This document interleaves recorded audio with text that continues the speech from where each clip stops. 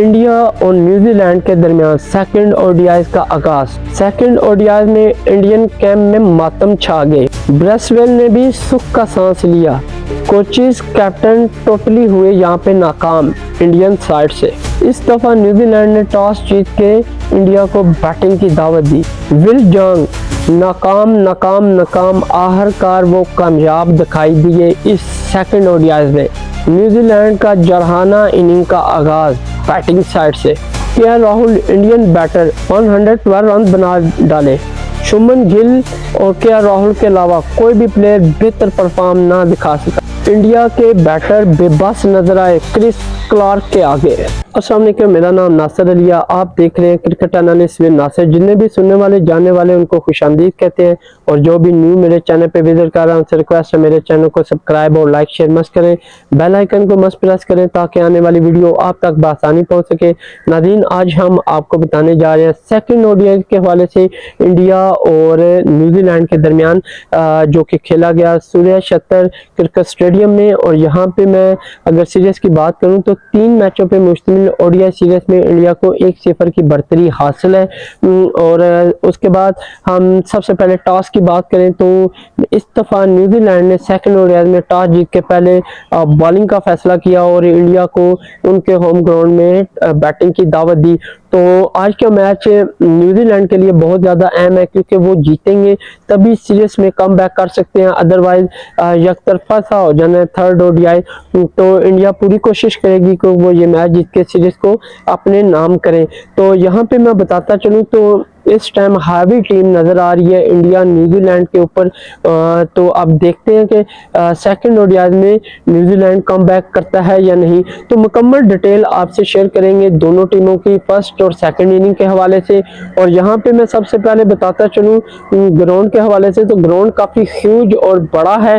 और यहाँ पे सबसे पहले इंडियन 11 प्लेयर की साइड से बात करेंगे कि कौन से 11 प्लेयर इस सेकंड ओडीआई में शामिल है। तो ओपनिंग स्टैंड की मैं बात करूं इंडियन जानब से तो शुभमन गिल जो कि इंडियन की क़यादत कर रहे हैं, साथ में रोहित शर्मा मौजूद है। उसके बाद इनके टॉप स्कोरर और टॉप बैट्समैन विराट कोहली, जिन्होंने फर्स्ट ओडीआई में 93 रन बनाए और सेंचुरी से जस्ट 7 रन दूरी पे थे, लेकिन वो सेंचुरी मुकम्मल ना कर सके, स्टिल कंटिन्यू है। उसके बाद श्रेयस अय्यर इनके पास मौजूद है, अच्छे बैटर हैं ये भी, लेकिन इन्होंने फर्स्ट मैच में कुछ ज्यादा परफॉर्म नहीं दिखाई।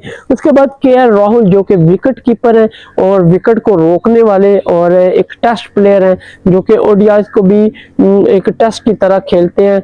T20 में तो उनका नाम ही नहीं है कहीं पे, तो वो कंटिन्यू है। बड़े अच्छे प्लेयर हैं ये भी, क्योंकि विकेट रोकने की सलाहियत टीम के पास होनी चाहिए। कोई एक प्लेयर जो कि अपनी टीम की विकेट को रोक के रखे, तो वो इंडिया के पास केएल राहुल की सूरत में मौजूद है।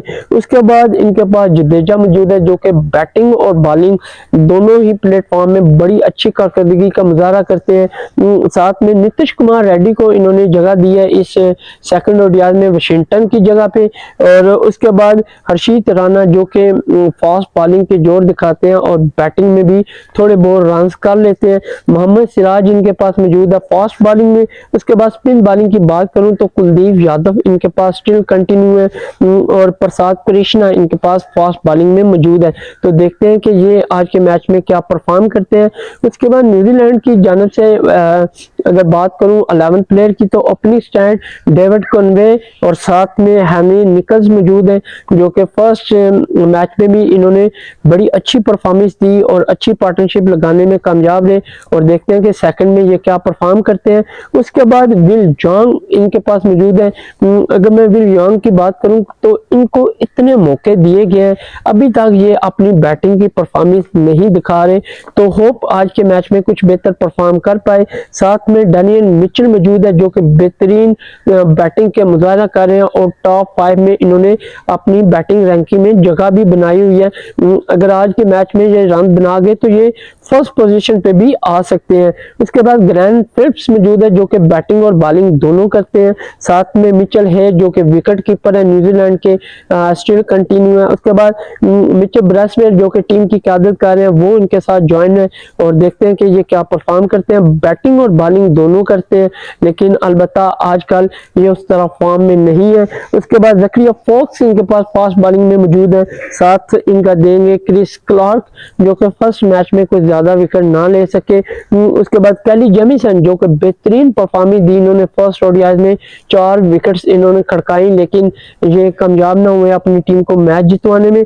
उसके बाद इनके पास न्यू बॉलर की सूरत में प्लेयर मौजूद है जो जॉर्डन लिनॉक्स इनके पास मौजूद है। देखते हैं कि ये अपनी बॉलिंग के क्या जोर दिखाएंगे। तो यहाँ पे इंडिया ने अपनी इनिंग का आगाज किया और ओपनिंग स्टैंड रोहित शर्मा और साथ में शुभमन गिल इन्होंने इनिंग का आगाज किया और इन दोनों के दरमियान एक अच्छी पार्टनरशिप, अच्छी शक्लदारी रही। 70 रन की जो कि 12.2 ओवर इन्होंने खेले और 70 रन अपनी इनिंग में जोड़े और यहाँ पे फर्स्ट ब्रेक रोहित शर्मा हुए, एक बार फिर नाकाम 24 रन उन्होंने बनाए और ये क्रिस क्लार्क का फर्स्ट कार हुए जिन्होंने 70 रन पे पहली विकेट हासिल की और अपनी टीम को ब्रेक थ्रू दिलाया। यहाँ पे शुभमन गिल और विराट कोहली ने इनिंग का आगाज किया और इन दोनों के दरमियान 29 रन की पार्टनरशिप लगी और मैं शुभमन गिल की बात करूं तो शानदार 50 स्कोर किया, 56 रन बनाकर अपनी टीम के लिए अहम रन जोड़े और यहाँ पे सेकंड शिकार शुभमन गिल हुए जो कि 56 रन बनाकर पवेलियन लौटे। और टोटल स्कोर बोर्ड की मैं बात करूं 99 रन बने इंडिया के और 2 खिलाड़ी 60.5 ओवर में पवेलियन गया शुभमन गिल। और यहाँ पे न्यूजीलैंड के बॉलर की बात करूं तो कैली जेमिसन ने इनको पवेलियन भेजा। उसके बाद विराट कोहली और श्रेयस अय्यर के दरमियान पार्टनरशिप का आगाज हुआ लेकिन इन दोनों के दरमियान जस्ट 16 रन का ही इजाफा हुआ। श्रेयस अय्यर एक बार फिर नाकाम हुए, 8 रन इनिंग में बनाए और 115 रन पे तीसरे खिलाड़ी थे 21.3 ओवर में ये पवेलियन गए और क्रिस क्लार्क का ये सेकंड शिकार हुए जिन्होंने बेहतरीन परफॉर्मेंस दी इस सेकंड ओडीआई में और इंडिया की बैटिंग को हिला के रख दिया। उसके बाद विराट कोहली और केएल राहुल के दरमियान पार्टनरशिप का आगाज हुआ तो जस्ट 3 रन का ही इजाफा हुआ और यहाँ पे विराट कोहली 23 रन बनाकर चलता बने और इस मैच में क्रिस क्लार्क ने इनको बिल्कुल भी चलने की गुंजाइश नहीं दी और अर्ली इनकी विकेट लेने में वो कामयाब हुए। 180 रन पे इंडिया के 4 खिलाड़ी पवेलियन गए 23.3 ओवर में। उसके बाद एक बड़ी पार्टनरशिप हमें देखने को मिली इंडिया की जानिब से, केएल राहुल और जडेजा इन दोनों ने 73 रन की पार्टनरशिप लगा के टीम में अहम रन जोड़े। अगर मैं केएल राहुल की बात करूं तो 50 प्लस स्कोर इन्होंने किया और कंटिन्यू थे और यहाँ पे जडेजा जो कि 73 रन पार्टनरशिप दे के यहाँ पे ब्रेक हुए 27 रन बनाकर और 5 खिलाड़ी थे जो कि मिचेल ब्रेसवेल का शिकार बने। 191 पे इंडिया के 5 खिलाड़ी पवेलियन गए 38.1 ओवर में। उसके बाद इनके साथ नीतीश कुमार रेड्डी आए तो केएल राहुल जैसे कि विकेट को रोकते हैं और रन भी साथ करते हैं तो एक बार फिर उन्होंने नीतीश कुमार रेड्डी के साथ भी 57 रन की शानदार पार्टनरशिप की और अपने स्कोर बोर्ड में न सिर्फ उन्होंने सेंचुरी स्कोर किया बल्कि इंडिया के स्कोर बोर्ड को भी आगे की जानिब बढ़ाया। और यहाँ पे नीतीश कुमार की मैं बात करूं तो वो 20 रन बनाने में कामयाब रहे और 46.2 ओवर में वो 6 खिलाड़ी थे जो पवेलियन गए 248 रन पे। नीतीश कुमार रेड्डी 6 खिलाड़ी थे जो आउट हुए। जकरिया फोक्स ने इनको आउट किया जिन्होंने इनिंग में फर्स्ट विकेट हासिल की। उसके बाद केएल राहुल और साथ में हर्षित राणा आए और हर्षित राणा भी जस्ट 2 रन ही बना सके और 256 पे साथ में खिलाड़ी थे जो पवेलियन गए 47.2 ओवर में और ये जॉर्डन लिनॉक्स का शिकार हुए जिन्होंने इनिंग में फर्स्ट विकेट हासिल की। और यहाँ पे मोहम्मद सिराज ने 2 रन बनाए और केएल राहुल के साथ नॉट आउट रहे। और केएल राहुल की बात करूं तो बेहतरीन सेंचुरी स्कोर वो सेकंड ओडीआई में करने में कामयाब हुए, 112 रन बनाए और उन्होंने 50 ओवर मुकम्मल किए यहाँ पे। और यहाँ पे मैं इंडिया के टोटल स्कोर बोर्ड की बात करूं तो 284 रन उन्होंने बनाए 50 ओवर में 7 विकेट के नुकसान पे। और यहाँ पे न्यूजीलैंड के बॉलर की मैं बात करूं तो उन्होंने इनको 300 से पहले जो उनका प्लान था कि रोक के रखें और इनको इससे ऊपर ना जाने दे, वो उसमें सक्सेसफुल नजर आए और यहाँ पे बेहतरीन बॉलिंग का मुजाहरा किया सेकंड ओडीआई में न्यूजीलैंड के बॉलर्स ने। अगर इस फर्स्ट इनिंग के एक्स्ट्रा की मैं बात करूं तो न्यूजीलैंड ने 10 रन एक्स्ट्रा दिए। उसके बाद क्रिस क्लार्क जो कि 3 विकेट लेने में कामयाब रहे, कैली जेमिसन 1, मिचेल ब्रेसवेल 1 और जकरिया फोर्ब्स 1, उसके बाद जॉर्डन लेनॉक्स 1 खिलाड़ी को आउट करने में कामयाब रहे। तो न्यूजीलैंड ने अपनी सेकंड इनिंग का आगाज किया 284 के ताकत में।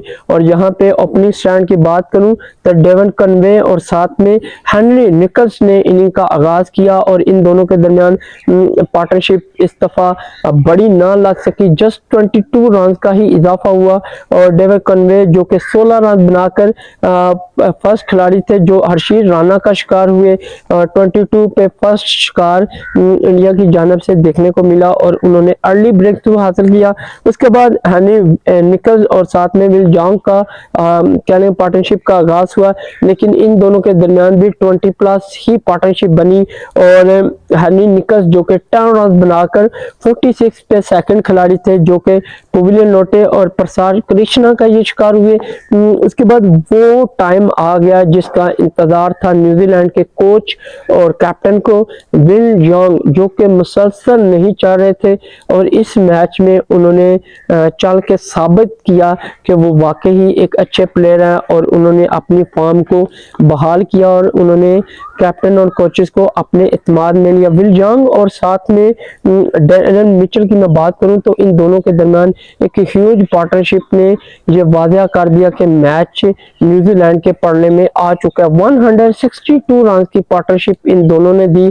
अगर विल जॉन्ग की बात करूं 87 रन बनाकर वो पवेलियन लोटे 208 पे थर्ड खिलाड़ी थे न्यूजीलैंड के जो आउट हुए और बेहतरीन परफॉर्मेंस दी उन्होंने सेकंड ओडीआई में। कुलदीप यादव का ये थर्ड शिकार हुए।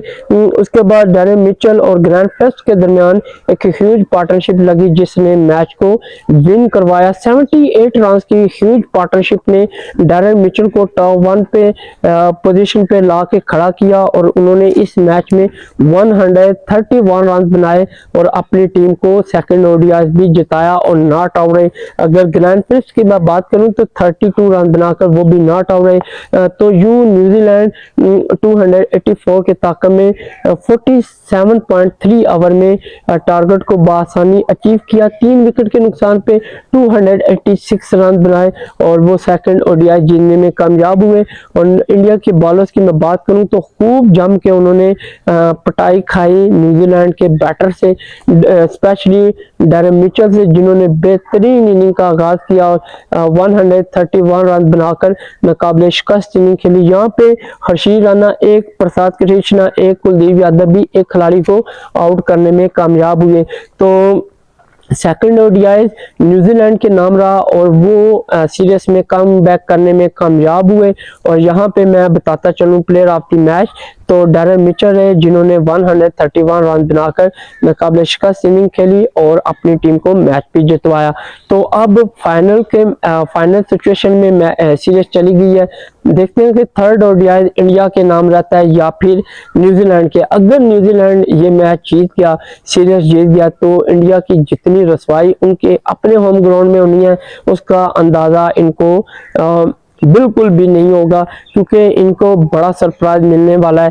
क्योंकि ये क्रिकेट में अपने आप को बादशाह समझते हैं लेकिन इनके साथ हमेशा ही उल्ट होता है और ये रसवाई के सामने बेबस नजर आते हैं और पूरे मुल्क में इनकी जगरसाई होती है। तो देखना होगा थर्ड ओडीआई इंडिया विन होता है या फिर न्यूजीलैंड। तो तब तक के लिए इजाजत दें, अल्लाह हाफिज, मिलते हैं नेक्स्ट वीडियो में।